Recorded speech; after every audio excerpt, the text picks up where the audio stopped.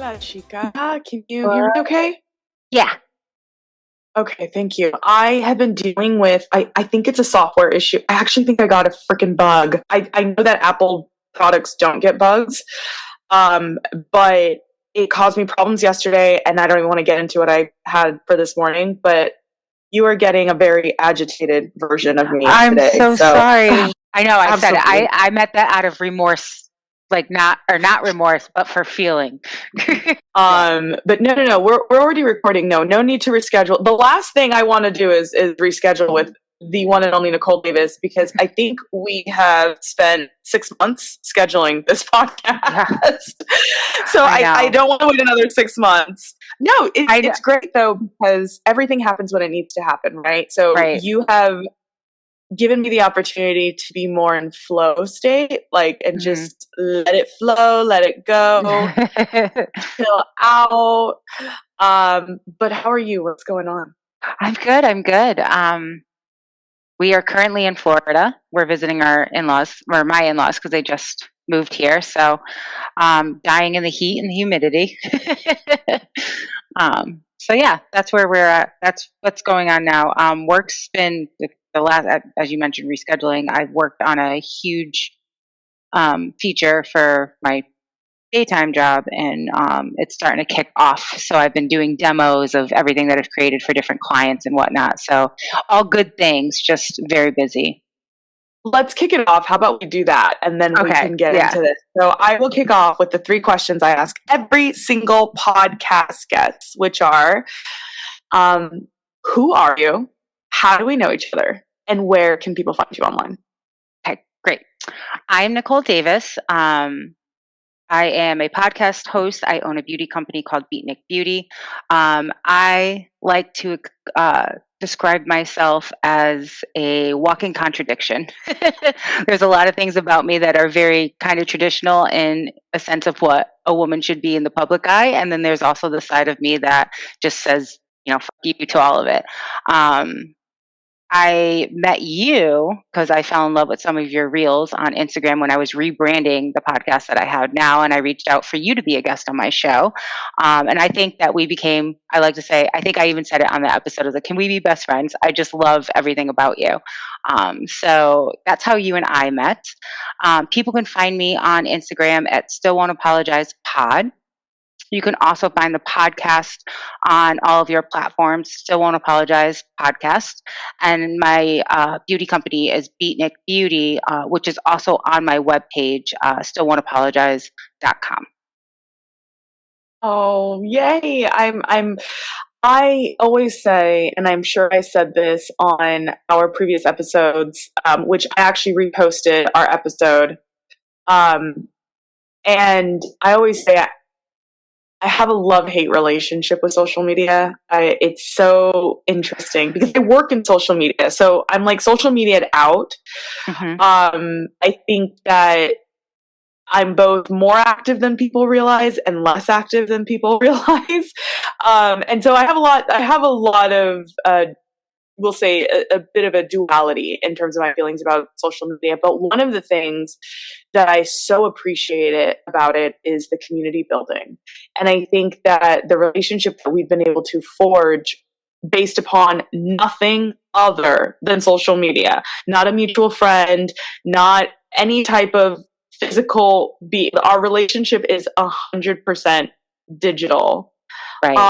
I think that's a beautiful thing. I think it's great. And I'm always really excited about that. How has that been for you? So we've talked about this before. I struggle with it as well. I am such a type A personality. I'm always the center of attention. Even when I don't want to be, I somehow find myself in it.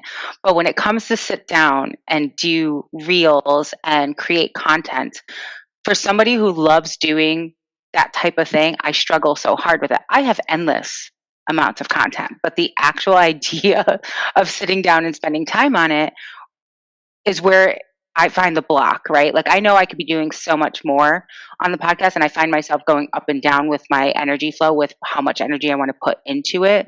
But when it comes to having to post on social media or making sure I have enough followers or am I reaching enough, all the analytics that come into it literally drive me insane. Like I actually have taken a step back more so from it with putting myself on there and just kind of sharing my content and sharing my guests, because I was too critical of my own self with it, because again, type A personality comes out and everything has to be perfect. I'm spending 20, 30 minutes on a reel that should have taken me 5 minutes, and it just got to be a little too much. So now I've kind of shifted my focus to just taking what I have and reusing it. I enjoy the community aspect, as you mentioned, with it, because again, I've met you, and my podcast is literally that, meeting women to share stories. So without social media, I probably wouldn't have the amount of guests that I've had on the show to share their stories. So very much the same love-hate relationship. Drives me insane sometimes, and I do give myself breaks, especially with Beatnik. Like that one's been on. I haven't touched that. I can't even tell you, and it's almost embarrassing to admit it. I still have customers that buy stuff. I'm not doing anything on social media, but people do buy things. But I think I dove into it headfirst, as I do with everything, and I essentially gave myself a little bit of a burnout with it. I mean, I completely agree. I think that it's I'm trying not to use the word hate. I'm like working so hard to remove that from my vocabulary.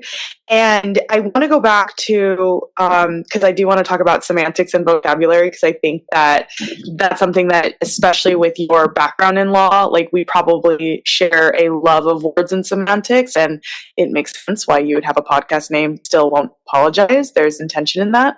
But I want to talk about these projects you're doing, because my understanding is that you were working or are working in law, but now you were talking about projects, and it sounds more marketing. So can you kind of elaborate on what you've been up to? Yeah, so it's kind of a long story. So from a very early on in my life, I wanted to be a lawyer. That was like my thing. I watched Clueless. They made $500 an hour. I was going to be a litigator. So I went to school, went to college. I graduated with a bachelor's in legal studies with a minor in business. And then I jumped into the legal world. I started temping kind of really because I owned a sports bar with my father at the time. So I was bartending and going to school. So I was working temporarily part-time for a couple firms, trying to figure out where I wanted to be. And I fell into patent law. Now, for those who don't know what that is, patent law, if you ever look at any type of thing that you hold in your hand, you'll see something that says patent pending, and it gives you a number. So I worked for a firm that would file the applications for the patents. Fast forward, 8, 10 years and kind of bouncing around, I found myself at a company who used a software, and I'm not going to name it because I don't want to give it out too much personal details, but and then we started using their software. I used it for about 4 years, and then I moved to Texas and worked for a firm who also used the same software for about 4 years, and I ran the whole software. I was an administrator. I configured the system. I ran the docketing team, so I had 5 team members under me that I managed, and we managed the whole docketing sector of the law firm. I got sick, got burnt out, decided I didn't want to work for attorneys anymore, and reached out to the software company to see if they had any openings. And I got hired. I started training. I worked for a team where I trained other people, like other women and men like me who worked in the field in the docketing side of things and administrator to the system. I did that for about 2 years, and now I'm on the product management side. So now I design the product for people to use every day. So I've been working on updating the features that are more geared towards law firms. So these last couple of weeks that we've had to reschedule has been because I've been doing demos and trying to get everything ready so it looks as perfect as it can in front of the clients. Oh my gosh. Okay, that makes way more sense. Yeah. I love it. Well, no, and I really, really appreciate that explanation, because I was just having a conversation yesterday about jumping on the other side of the desk, right? So as something that I've been doing because I've been on the product side, right? It's something that I've been doing is more, and it sounds like you kind of did similar. It's where you're working on the client side and creating something or buying something, and then you jump to the other side to help bridge those gaps between the client and the agency or the vendor and whatever it might be. And that's kind of what I've been doing too with working with investors and private equity firms, is because I've worked on behalf of brands pitching to these investors. Now I'm like, wait, I can actually help investors better vet products and so forth if I'm on that side of the table. So I always think it's so amazing that when you take your experience and then elevate it to the next chapter. And I love that progression. Thank you. I can honestly say I didn't think that I would ever do this, quite honestly. Like when I was going through the transition, I was like, oh my God, what am I doing? I'm starting over. In reality, I wasn't starting over. I had all of the knowledge, right? I was a client for 8 years. I had the IP, the patent knowledge, which was I think, a huge win on my side when I was interviewing for the company because they didn't really have a lot of people with IP experience, with practical IP experience. But it did very much scared me at first because I'm like, I don't know what I'm doing. It's literally a career shift. I've been a paralegal. I've been a manager in firm for, the last 10 years, 12 years.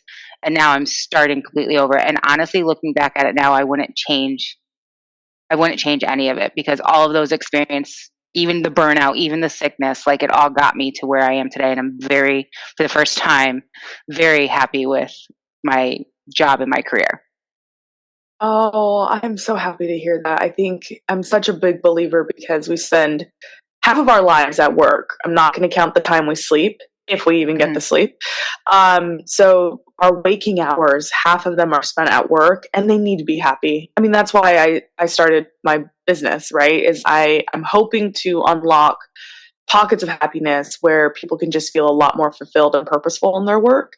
And I think that could look like different strategies for different people. So whether that's, changing sectors, careers, industries, or just changing your perspective or mind shift, I think that's really beautiful.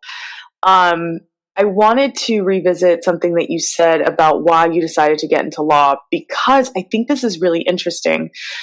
You mentioned the $500 an hour attorney, Clueless.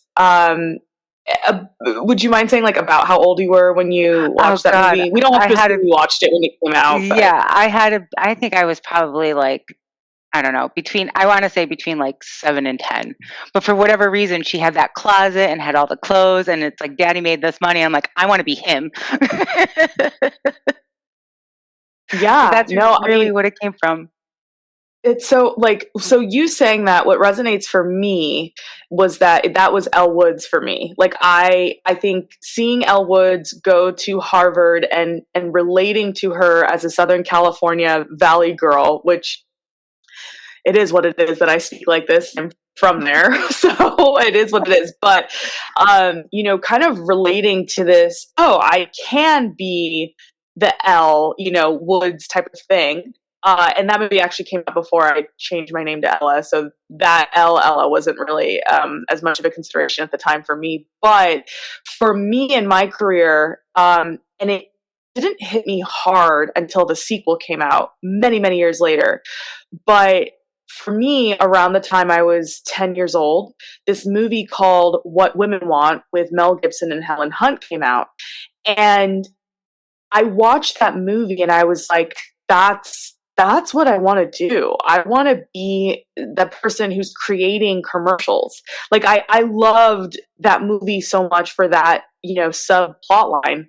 And I also watched The Holiday and I thought about going into movie trailers. And if you talk to someone who works movie trailers, they might say the same thing because Holiday, really highlighted this new career that we didn't think about of making movie trailers. So I did have that as well. But when I watched What Men Want, the sequel, with Taraji P. Henderson, I think Taraji P. Henderson, I hope I'm saying her name right. The sequel came out in like 2019, so 19 years later, I think. 19 years later, so I go from being 10 watching it to 29. I'm bawling my eyes out watching this movie because it flipped the script, so it put a woman in the place of the man in the first one. If you don't know the movie plot, the guy can hear what women are thinking Yep. and uses that to build advertising campaigns. And then consequently, you have Taraji playing a woman who can read men's minds, and she uses that to leverage her business in advertising, sports more so. And having worked in sports advertising, the movie really, really hit me, and I bawled my eyes out, and I thought, holy cow, this feels like a full circle moment. And I think that for better or worse, the impact of media is quite fascinating. That things that we're watching as a child can actually inspire ideas, for better or worse, or even we'll say maybe touch, massage Mhm. the trajectory of the choices we make. And I find that fascinating being in media. Like, oh my gosh, this stuff matters. I don't know if you've seen that. And again, it kind of goes back to the social media conversation of what's the impact of what we're consuming. Right. So you brought up Elle Woods, and that's funny because I had friends in high school because I was still on that track that I was going to be an attorney. That was me. Legally Blonde was me. Even though I was a brunette, I was legally blonde because I would argue myself out of all these different types of situations that we find ourselves in. And it was like, all right, send Nikki after them. Like that would be the thing. And that full circle moment of going to college and doing all these things. And then I finally came down to the fact of I don't know if I actually wanted to do it per se, like put more money, time, hours into school because I was very content with, what I was doing. But it was a full circle moment for me when, Elle gets shunned. I think it's shunned, I want to say, where she gets shunned where nobody, um, sees her being able to do it. And I kind of had moments in my college because I was the first one to go to college in my family. So I had nobody to kind of guide me and do whatever. And I always felt like I didn't belong. And the part about that movie, and this is probably not even the question you asked me, but I'm just getting to the point, was she did it regardless. Right. So that I kind of, that was my full circle moment. I was like, I need to stop telling myself that I don't belong here and I just need to finish it. Um, so I wanted to just say at that point because that was a very good like full circle moment for me as well with the same movie but in a different area.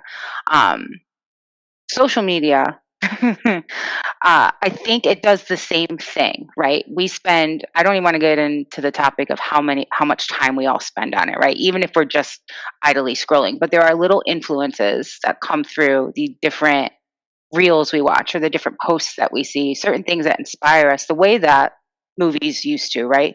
In a shorter amount of span. If you think about it, like we're used to sitting down watching 2 hour movies or an hour episode or 30. Now we're getting this information or this influence in 3 minutes or less. So it's that quick fire of, oh, that's a great idea. Oh, that's a great idea. Or I saw this, let me do this. So I think it's the same thing with social media, but I think it's in these small increment pieces that touch different facets of your life. Like things that one movie would touch one thing, say career, but now you have a platform that's touching your health, your fitness, your business, your emotional well being, your mental health. Like all these things come in less than 3 minutes. You can get this quick influence. Hmm. Yeah, I mean, and it's less than 3 minutes actually. It's Yeah. actually about closer It's to like, 7 seconds. yeah. I think that going back to Law and Elwood, one of the things I loved about that movie at the time were, I don't know the film terminology for it, the scripts, the actual word used, the Hmm. words that they were using. I learned so much vocabulary and expanded my vernacular watching that movie. I loved it. And I have such a love of language, and I think it serves me in my marketing career for sure with copywriting and choosing the right word to make you feel a certain way. So like the way that fried feels a whole lot different than the word sizzle, right? Right. And they ultimately mean the same thing, but fried is going to give you a very different vibe and feeling, and sizzle is going to give you a different emotional and provoke you emotionally, right? So these are all the kind of little things that I get to study in marketing. And so words really matter, like, Hmm. tremendously. And this can be a huge disservice if you're in a relationship with me, any kind of relationship with me, because I'm going to make you be, look, let's quote the four agreements here, impeccable with your word. I'm going to hold you accountable for promises you make and things that you say. And I am going to get into that semantics because words very much matter for me. And I've gotten in arguments with people who are like, you know what I meant. You know what I meant. Don't say it. You're twisting my words. I've been told that a lot. You know what I meant. You're twisting my words. No, I'm repeating to you exactly what you said, and I'm giving you the definition of the words that you used. And if you don't like that definition, you can either correct yourself or clarify or concede or rescind. But what I do need to know is like, we cannot be on the same page and have a discussion here if we're not on the same page about what this means. And I think that with your podcast, that seems to be kind of like the ethos there, right? Still will not apologize. And so I wanted to talk about it because earlier you said the bad word, right? I The did. sorry. And so we can talk. I mean, I don't know if I didn't share this on my podcast, so we could talk a little bit about where still won't apologize kind of ideated from, and then what your thoughts on apology and saying sorry in today's society is relevant or needs to be scaled back a bit. That's a great question. And I think I need to pay homage to the original podcast that started with my partner. We had a podcast called Unlikely to Apologize. And it really was something that I think we saw something on Instagram where, because we were going back and forth with different names that we were throwing around, and we saw something on Instagram, and she saw it and she sent it to me. We both resonated with it so much because her and I are very much that in a sense, but also different. She does apologize for everything. We talk about this on the podcast. If she says something or she feels like she's hurt somebody's feelings, she'll immediately apologize, where I will let my mouth run without any type of remorse, unless I really think I've hurt you, right?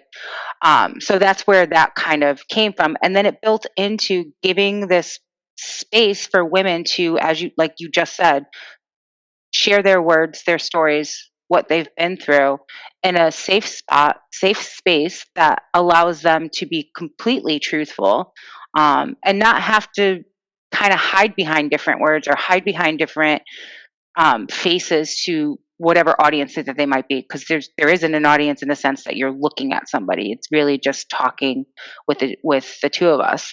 My partner decided to leave. She felt that she had the time she needed with it on her healing journey, was done, and she wanted to move on. So I took the opportunity to continue with it and to kind of stay with the theme. I didn't want to carry on the unlikely. I wanted it to be a still won't, in a sense that here I am telling my story. I've already gone through the worst of it. I've already started my healing journey. I've already done all these things to get myself in a place. And what I once was unlikely to apologize has turned into I will not, or I still won't. It's standing by that original kind of light bulb. And that was the theme that I got from all these stories with these women. There was some type of light bulb that goes, that's what I need to do, or that's who I need to cut out of my life, and I need to take care of me. If you listen to the episodes, they get asked questions at the end of each episode. And a lot of the things that resonated with me with all these women's were boundaries, taking care of myself, putting myself first, and how they're not apologizing for it anymore. So I wanted to continue that theme to keep it as a reminder to guests, to people that are listening, that you can still hold your ground. If there are things that are, bleeding into what you consider to be your happiness or your content space, that you have every right to be like, nope, I'm not doing this. I'm not apologizing for how I feel. This is how I feel. Words, no words, actions, whatever it may be. It's to continue, as a reminder to keep your foot down, stand your ground, and fight for yourself. Yeah. And I think for me, because I'm almost on the opposite, like the same coin, different side, that I believe, yes, in being unapologetic. I would say that in my brand in many ways is unapologetic. I've that's been told to me. And again, going back to semantics, we talked a little bit about this on the first episode we did together on your podcast, right? This idea of like apologos and what does apology mean? Well, the Greek root word, from what I remember, is defend. It was a type of defense that you would have in some type of proceeding, a court legal proceeding. And so your apologos would be, hey, I'm not guilty of what I'm being accused. You're defending yourself. And I think that where it's unfortunate is when we are apologizing to defend ourselves. And I'm glad that you added the caveat, when I've hurt someone, when I've caused harm, I want to take accountability and responsibility. And I think that little tidbit needs to be amplified extremely more in our society. And I think that that's where I would rather focus on that. So rather than minimizing the amount we apologize, I would rather maximize the amount that we're taking responsibility and accountability for everything. And that doesn't have to be in the form of an apology, but it has to be in the form of some type of recognition, I think, perhaps verbally, especially if it was externally related, right? Not something against yourself, of, okay, acknowledging this is what I did and this was the impact of what I did. And despite my intentions, right, this is the impact of whatever I did. And the hard part with what I'm saying is, it's going to take us into the discussion of cancel culture, right? So cancel culture and apologizing go hand in hand. So when we start thinking about it on a macro level, how do we unapologetically show up as ourselves and then deal with the backlash that could either be on a micro level or a macro level, and then take responsibility and accountability for the impact of what happened despite whatever intentions were behind it? I think that is a very good question. So one of the things that I had to learn over the years is that obviously I can't protect myself from how people are going to feel. I can lead with intention of trying not to hurt them, right? That's always the case. But there's times where there just aren't the right words, or you don't know what to do in a certain situation. And no matter if you're doing the right thing, you could have a person that perceives the right thing as the wrong thing. So you're constantly in this battle with yourself to to try and make sure you're not pushing that person to a point where they feel hurt, they feel, not understood or misjudged or whatever it may be. And one of the hardest things that I had to come to with realizing that, the empathetic side of me, is that I can't always worry, or we can't always worry, because perception changes daily. Think about that. Like, you had a rough morning with all of your tech issues. You could have came into this meeting. I could have said something that I would have said on any other day, and it could have just riled you up, because your perception, because of your mood, changes how you receive that information. So instead of trying to tiptoe around, am I saying this politically correct? Am I approaching this situation or this person in a way that's going to honor and respect their wishes, or how they see our relationship, or whatever it may be, in terms of who you're giving the information to? I try to, or we should try, I guess this could be an umbrella thing. We should try to focus on what that mood might be, the energy. Like everybody always says, know your audience, right? Know your audience. There's a time and place to say certain things. And instead of trying to mask who you are to benefit people and how their feelings are, it should be more of the mood that they're in. Are they in whoop, there it goes. Are they in a mood to receive the information in a way that they can have a normal back and forth conversation, where they can give input onto something that you said that maybe they disagree in? But if you come in and that person's very hot-headed, they had a rough day, and you say that thing, that can flip the coin, and it's a different conversation. So it's more of reading the energy, reading the room, and understanding what type of person you're dealing with in that moment, rather than the overall. Because I've seen it, I've done it myself. I've seen it with my husband. I've seen it with friends, right? I can have a conversation about something one day, and then we come back to it the next day, and it's completely switched. And it's all because something else triggered something else. It's like this, like, domino effect of these emotions that just change throughout the day. So I think perception is a huge part of it. And I think understanding the audience when you come to it, where you say the things that you're going to say, should matter. What do you think about the idea, though, like when your words, regardless of the reason, right? Regardless of the mood, all of these uncontrollables, right?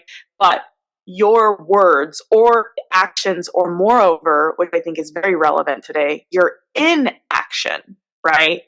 So not taking action that might have been expected of you. At what point do you decide that it is worth acknowledging it and apologizing? Inaction, I think, is a huge, huge thing. There's so many times that we've, as a society, have, I always think of relationships, right? If he wanted to, he would, right? And I use that with my friends as well. If they wanted to, they would. And at what point, me, myself, if I found myself in a way where I'm not doing what they would want me to do, or it's a continuous problem, then that time, as I mentioned earlier, I was like, I'm not apologizing because I actually feel remorseful. I'm apologizing because I'm acknowledging that you had a terrible day. I like to think that I'm very good at understanding when I'm not doing what I'm supposed to do, or I'm not fulfilling the needs of the people around me, to a point where I can acknowledge. I might not say I'm sorry, but it might be more, I understand, I feel that I was out of line. I didn't necessarily mean it that way. And this goes back to something that you said, is that your words do mean something.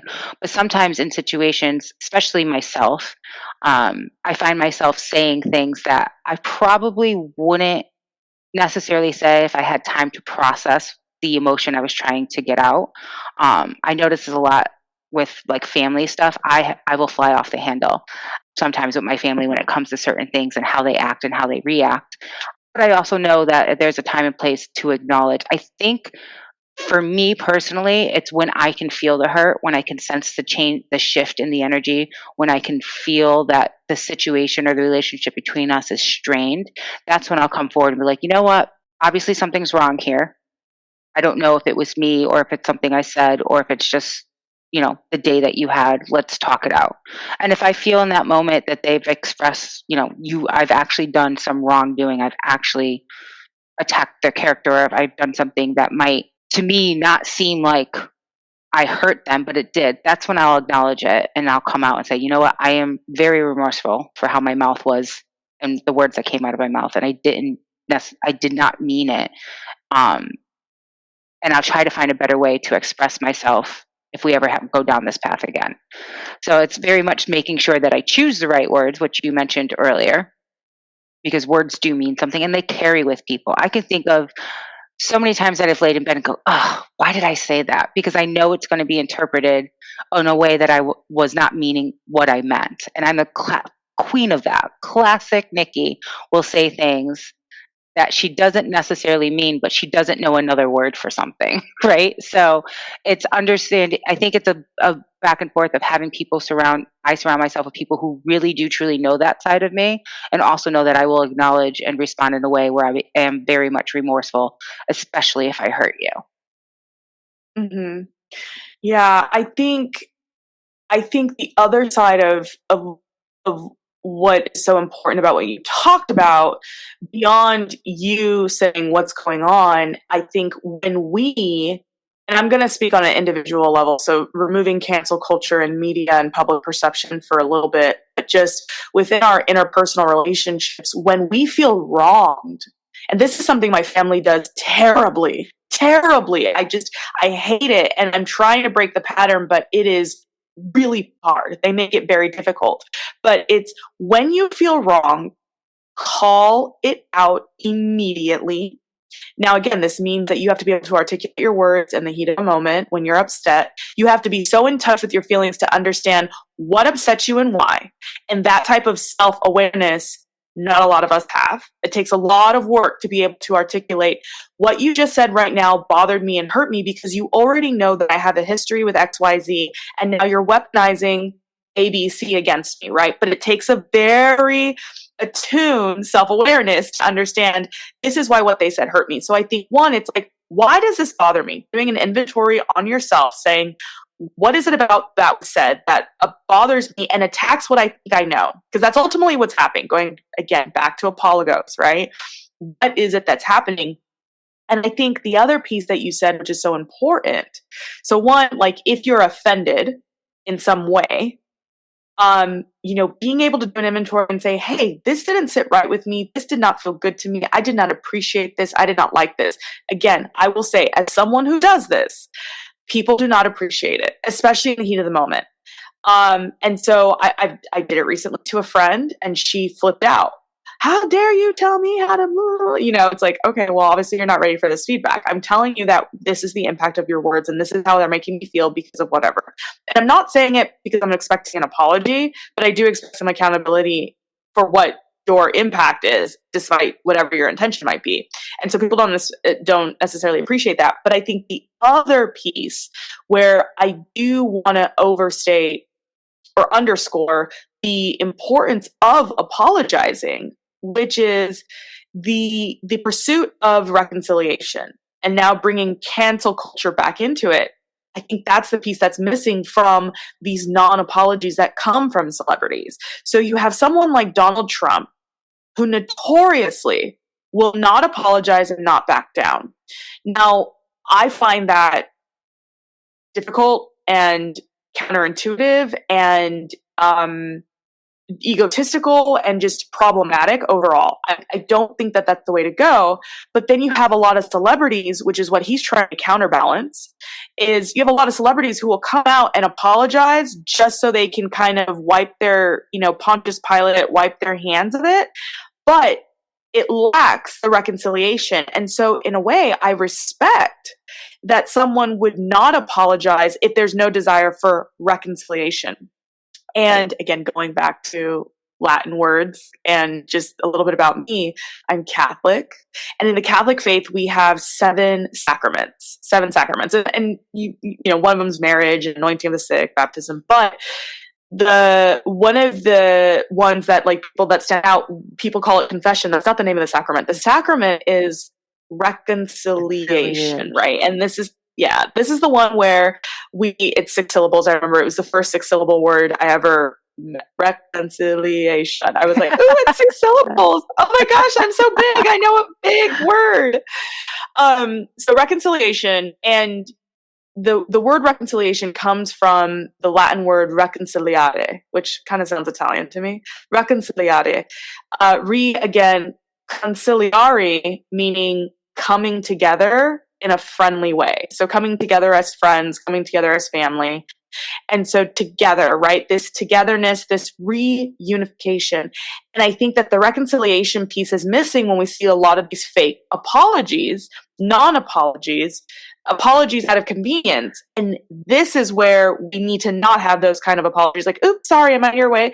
No, you're not actually sorry. You're not looking for reconciliation. You're not looking for reunification. You're not looking for some common ground. You're not looking to take accountability. You're just trying to excuse yourself.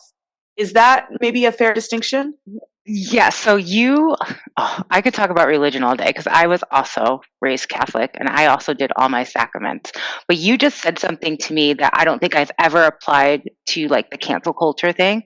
Have you ever looked at it from a standpoint of most of our country has been brought up on that same religion, right? You go, tell your sins to a priest. Priest is going to give you prayers. You apologize. You're done with it.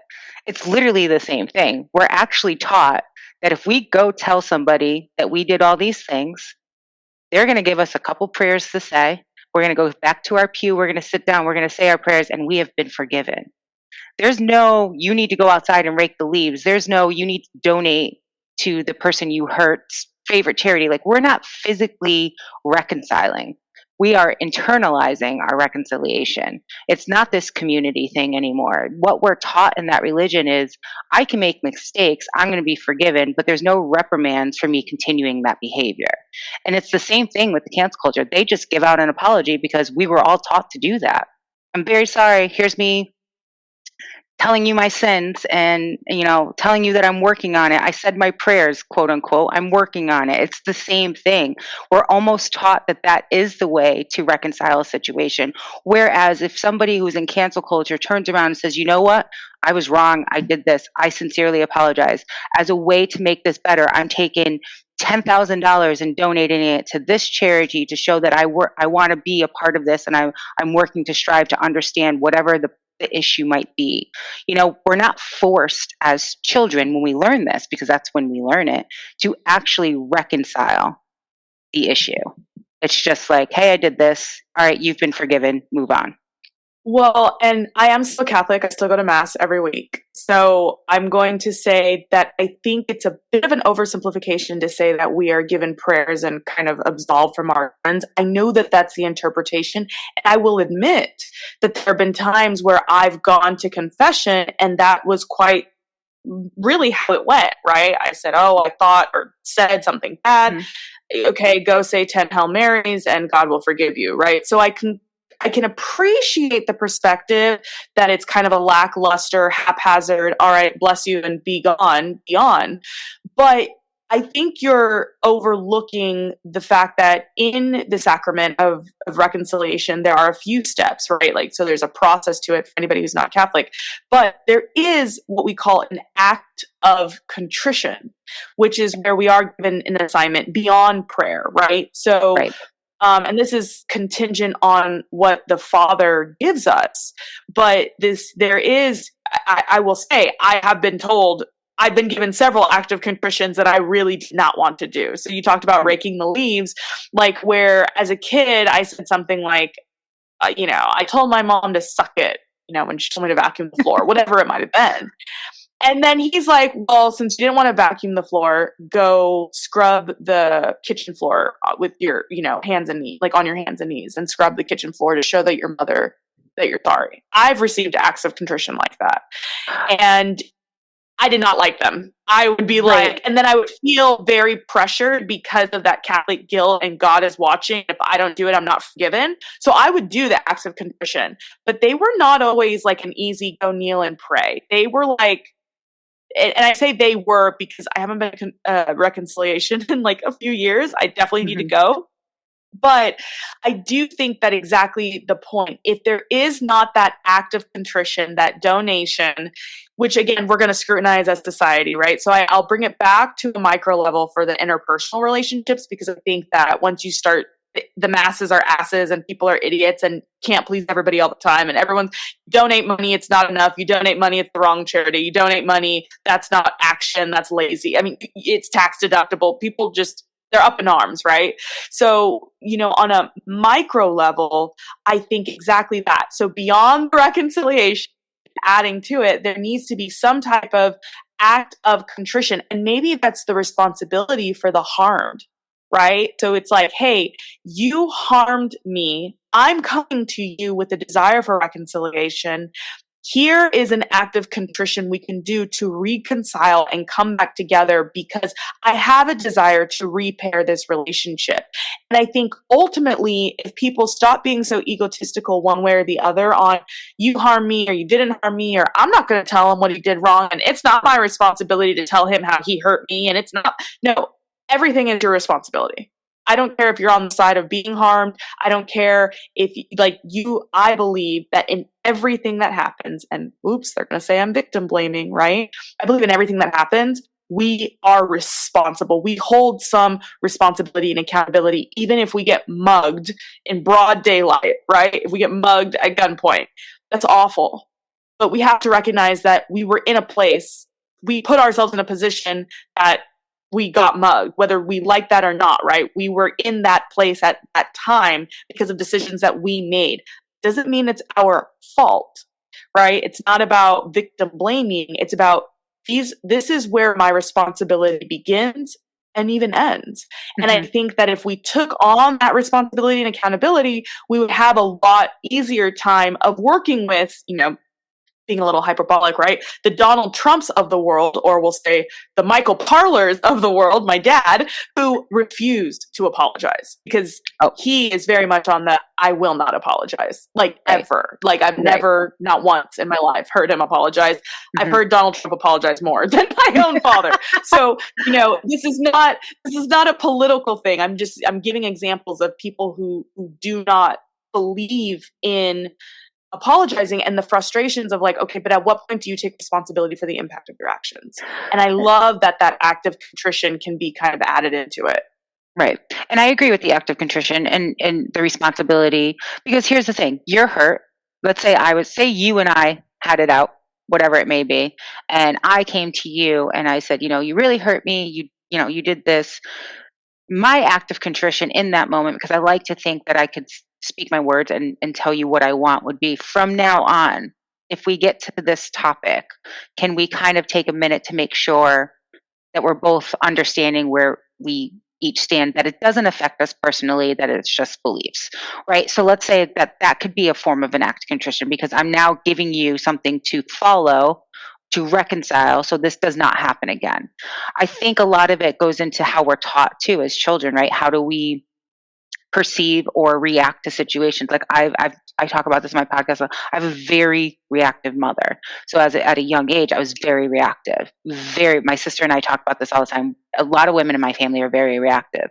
And it wasn't until like my mid 20s that I was like, this isn't good. I shouldn't be so quick or so spiteful or so mean right away because somebody hurt me. I should be able to take it in, reflect, go, okay, what's going on with them? Did I do something? Are they in a situation to change? As I mentioned before, did they have a bad day? Instead of adding more fuel to the fire, how can I put it out and give us a safe space where we can express our feelings in that moment? Right. And that took a lot. I'm not gonna sit here and say I was able to do that overnight. And I still catch parts of me where I do become reactive. And my husband, God bless him, will be like, I know. Like he'll call it because he knows I don't like to do it. So when I get there, he's like, I don't like that. And that's his warning to me that you're doing exactly what you don't like and that I also don't like it. Because it does come out, right? Because I do think there's some part of us that are so ingrained with things that we've learned or picked up growing up that it's so hard to kind of change those habits. Like your dad not apologizing, he probably never got apologized to, right? He probably never heard that word from his own father or mother. Therefore, it hasn't been taught to him that these are the right things to do. As we get older, there should come a point where we go, all right, even though they act this way, I probably should not act that way. That's us changing that generational, what do the kids say, generational curse, of that behavior, because at some point we are responsible for ourselves. As you said, I'm responsible to how I react. I'm responsible to how I treat other people. I'm responsible for understanding that there is a right way to solve a problem and there's a wrong way to solve the problem. And even though they might both get me to the point of, solving it, how I get there is what actually matters. That's what's going to change my relationships, my behavior with people. It's not solving the problem, it's the steps that I take to solve it. I completely agree with that. I think the kids nowadays call it generational trauma, by the way. Oh, yeah. I don't know if are we allowed to say curse? Like I curse you, you witch.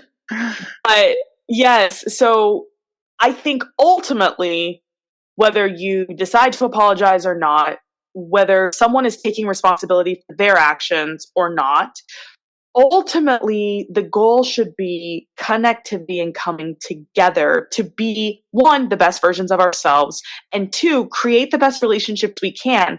And I don't want to go down this rabbit hole, but we know just by studying history and studying propaganda, so much BS, literal wars, killing of human beings could have been prevented with an apology, an act of contrition, an accepting of responsibility before things escalated into literal war, murders, all of these things.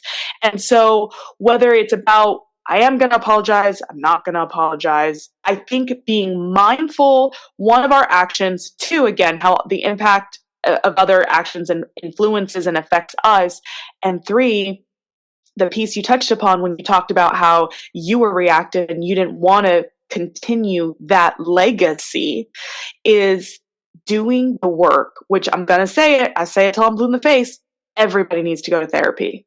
And I think that the way that we all take responsibility for our actions is through therapy, because what I love about therapists is that they are going to give you a mirror and ask you to look at what is your responsibility in this pain, right? Oh, this person did something bad to me. Well, how did you end up in a situation that this person was that close to you? Why is it that this person doing that is affecting you so much? And when we start taking responsibility for our feelings, and when we're offended and when something bothers us, and I think that's something that we're just constantly going to be on the pursuit of, we can then better take responsibility for our actions. So I love what you said about my dad. I guarantee nobody's ever, well, I have apologized to my dad multiple times because I'm like, Right. I'm going to show you the love that you can't show me, that you refuse Right. to show me. I can't wait to send him this episode, by the way. And shout out to my mother who her idea of an apology is a non-apology, which is I'm just sorry for everything let's drop it, right? So you got one who will not even say the words, and then one who just like kind of gives a blanket, I'm sorry for everything. But outside of those, like I don't get real a real apology for things that might hurt me, you know? I will say that my parents do take responsibility for their actions. It's just not in the form of an apology, right? So Right. I think that if we get to a point of like, okay, I did this and I'm going to stand by it, right? And if you don't like it, then you need to decide if you still want to be in a relationship with me, because I'm not sorry for what I did. And we see that with like Kevin Hart, who's kind of flip flop back and forth. But Kevin Hart in the past has made some homophobic jokes. And quite frankly, if you were a comedian in the 80s and 90s, you made homophobic jokes. But there's an expectation by today's standards, right? We hold a lot of people from the past by today's standards, which is, again, a whole nother topic in itself. That's a whole, I can, all day. Yeah, right? All day. But it's like, okay, this is where I've landed with my own being so active on social media, knowing that everything might not age well because I'm out there and I speak my mind and I'm bold, and there's a big risk in doing that, both in today and it's like, oh, is that going to age well? Like, I posted a few things where I'm like, that might not age well, but I am willing to take responsibility for the impact of my words. I'm willing to take accountability.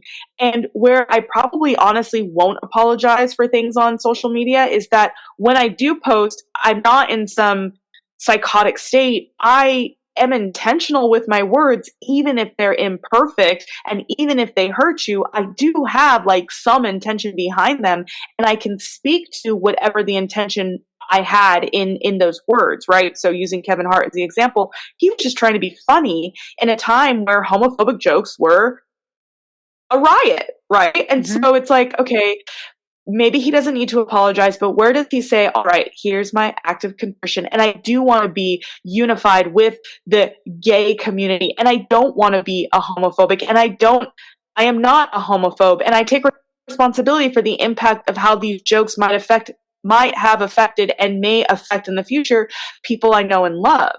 And I think that might not be an apology, but like just accepting responsibility. And then here is my act of contrition. This is how I'm going to move on a better path forward. Right. I think always going back, I could talk about this all day, but past sins coming up to, break people down, in a sense, is how I kind of look at it. If we think about the time, like you said, in the time, there's so many things we can go back to based on time and bringing them up and saying they didn't age well. It is a time. Just like we're going to look back, like you said, we're going to look back now and go, oh God, what was I thinking? I might listen to this episode 20 years from now and go, oh Jesus, that didn't age well. But we live in a country where there's freedom of speech. And I love the U.S. history. I love that part of it. It is freedom of speech, and there are people who fought for that right. What I get upset with when it comes to these things is when people try to turn it into something that's so hateful and mean. Well, he said this, he needs to apologize or whatever. I'm like, but we live in a world where this is supposed to be accepted. Who cares what it is? At the end of the day, and this is going to sound so terrible when it comes out of my mouth, at the end of the day, something that we've talked about in this episode, I'm responsible for how I feel. In a world of social media where we get all this influence and all these things that we see and people saying this isn't, we need to be this group of people or this group of people, I am okay with what anybody wants to do. That's one thing I want to stick to. I'm okay with anybody what they want to do, what they want to be, who they want to love, whatever it is. What I'm not okay is bullying other people to adhere to those beliefs, because we live in a country that offers freedom to practice your religion, freedom to speak, freedom to pray when you want to pray, freedom to go to school or not go to school, whatever it may be. But when we start pushing beliefs onto other people, you're going against the grain of what this country was built on. And that's the problem I have when it comes to, oh, well, they said this. You know what? They have a right to their opinion. How you react to it, that's what matters. By going out and taking something that this person, Kevin Hart is a good example. He has a lot of money, so maybe it doesn't hurt him as much. But there have been instances where people who may have said something because they were ill-informed or ill-informed, uninformed, here I am going with my words. Maybe they weren't properly educated. Maybe they were influenced by somebody that they were in a relationship for so many years that they didn't know better. And these things will come back to them. And now they're losing their job. They're getting tracked down, because that's the thing with social media now. People will find where you live. People will put your address on blast. You'll get death threats and all these things just because of one tiny mistake. Maybe you used the wrong word. Maybe you said the wrong thing. Now, to take a step back, not to encompass people who actually live and breathe those beliefs, right? We have a history of that. We had the KKK, we've had, all these different things that literally lived and breathed these beliefs. But the people who may have had a slip of, I don't know what the word I'm looking for, people who have fallen out of like, oh, maybe I shouldn't have said that. We hold them to it so hard, and we're not giving them the opportunity to necessarily understand what they did was wrong. It's just immediately like, you're done, we're over it, like, you don't get a second chance. And I think when it comes to celebrities, let's be honest, celebrities can just move on from it. They're still going to have a following. They're still going to push through and make money and sell whatever it is that they're selling. It's when it comes with people who are living their daily lives, who have fallen into those sections that don't have, say, education, or weren't taught a certain way to express their emotions, or they were forced in a situation that now they believe that this one race of people are just bad. Like, there's so many different elements that go into this place, but I think what we need to realize is that our reactions is what actually matters. And is it physically hurting me that he said that? Is it physically changing my surroundings that she said that, whatever it may be? Our reactions is what really matters. And I don't think it's necessarily the words, because I feel like this whole thing is themed on words. It's not the words, because we live in a country where that's allowed.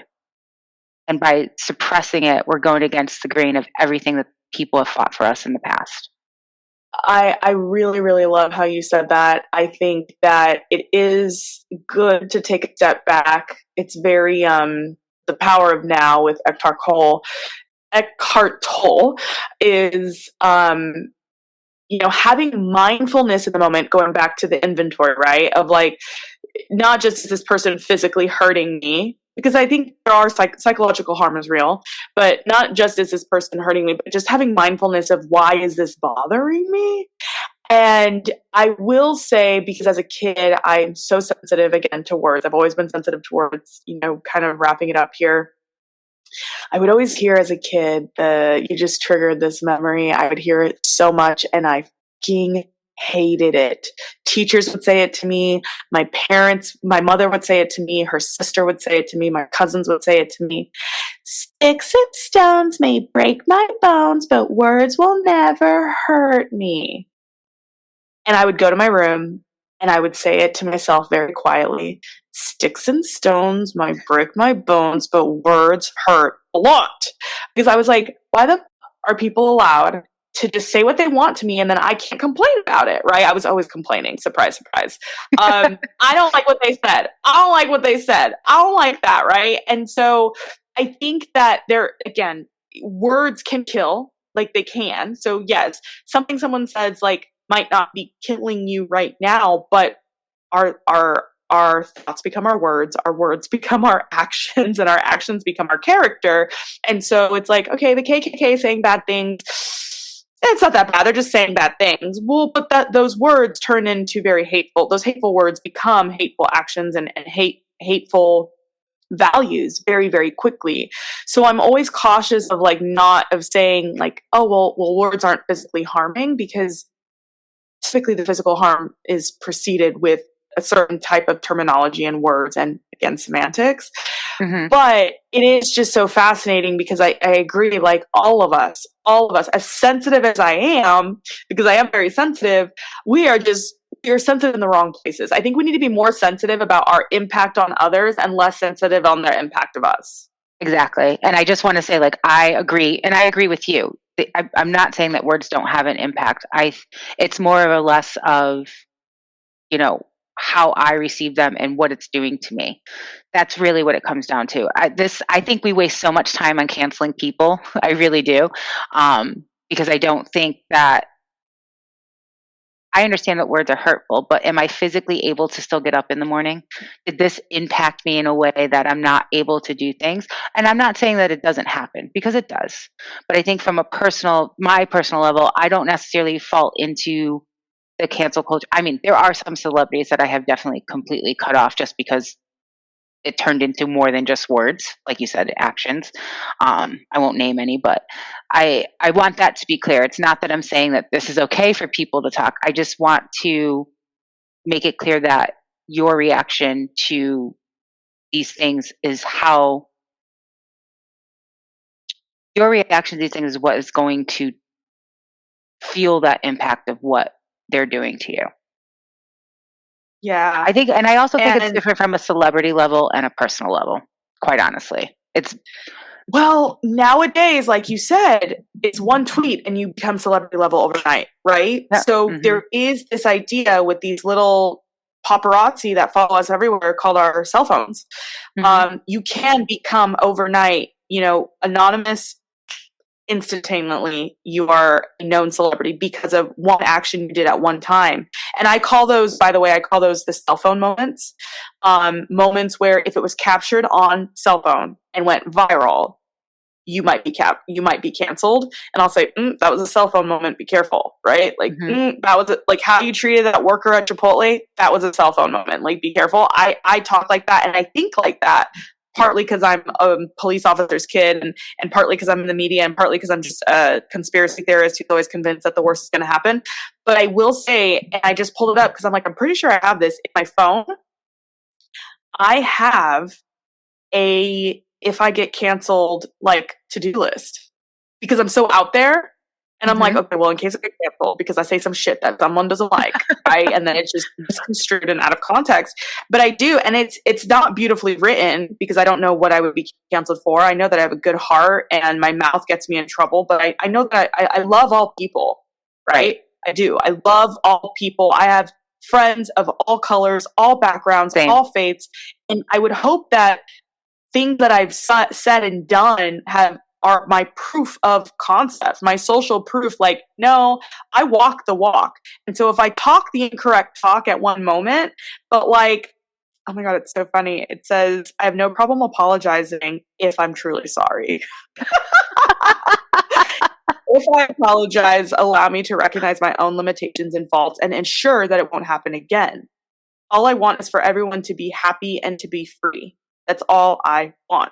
I'm happy to apologize and strive for a change to make others feel more happy and free. Holy shit, this is beautiful. Oh my gosh, I must have been like a little high or something when I wrote that, going, oh, Ella, in case you get canceled for this tweet right here. So hopefully this will age well, Nicole. If either of us get canceled, we can just re-reference this and say, okay, this is what we do. Yeah. But even if it's not getting canceled publicly, like you said, on a micro level within our families, right? If we all cared and loved for our family members very, very kindly and well, what a better world this place would be. Right. There's so many things that, like, my family explains me as the no holds bar. Like, I do not, and my sister calls me the family therapist. People will come to me and I will, without question, without filter, just tell you how I feel. But I also look at it like, at least I feel safe enough to do that. Like, I'm in a family where I can express my opinion and it's not going to get me canceled. But sometimes that bleeds into other parts of my life. I'm like, all right, you shouldn't be doing this here. But I 100% believe that you have to be responsible, yes, for the things that you say, but say it with your chest, as Kevin Hart would say. If you are going to say this, say it with your chest, put it on your chest, stand by it. Don't backpedal. There is a reason it needed to be said. There's a reason those words came out of your mouth. You may have not articulated it correctly, but there's a feeling behind it, right? And stand with that. And that's what this is all about. I am very much, I always joke around, you cannot offend me. I don't think there's anything that anybody can say. I might go, oh, how dare you? But it's enough to go, you know what? That's how you feel.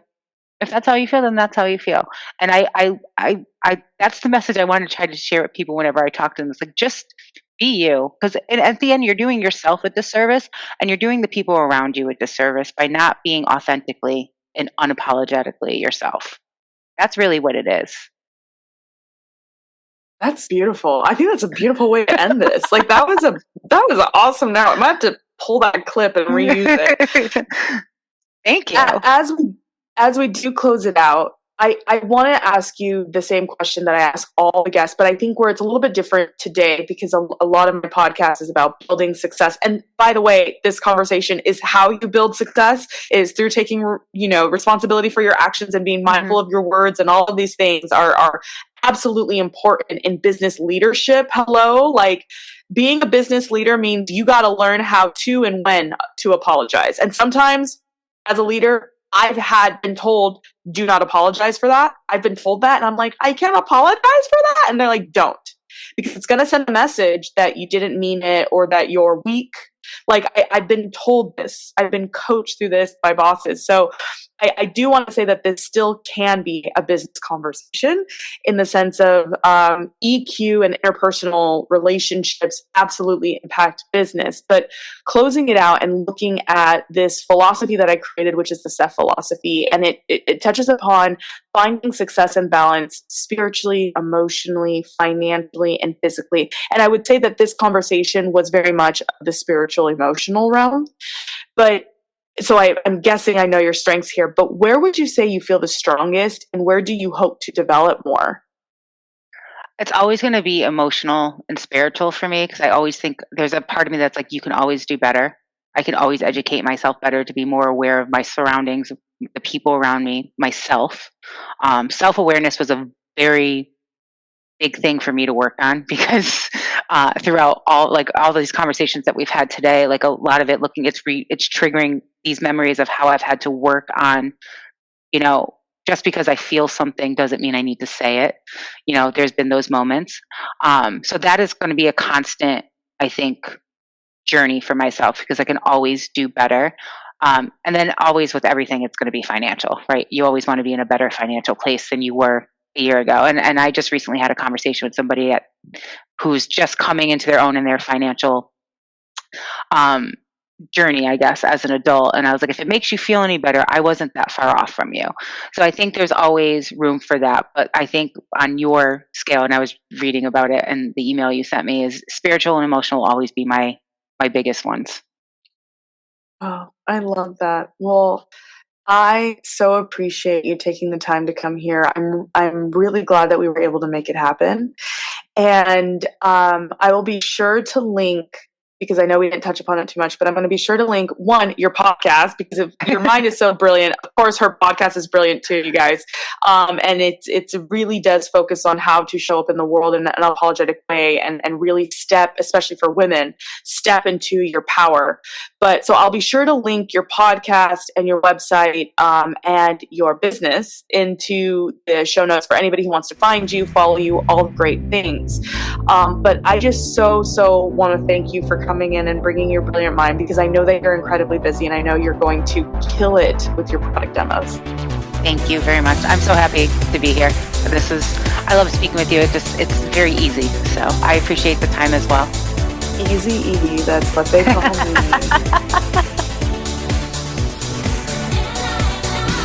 Thank you for listening in to Eavesdrop with Ella.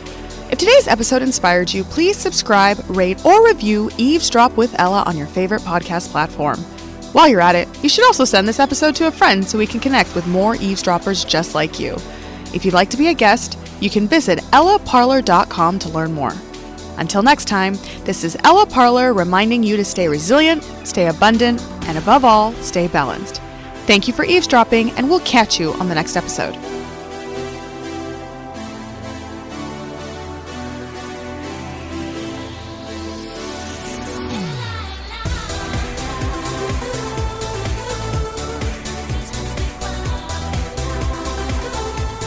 You've been listening to Eavesdrop with Ella, a production of EP Consulting.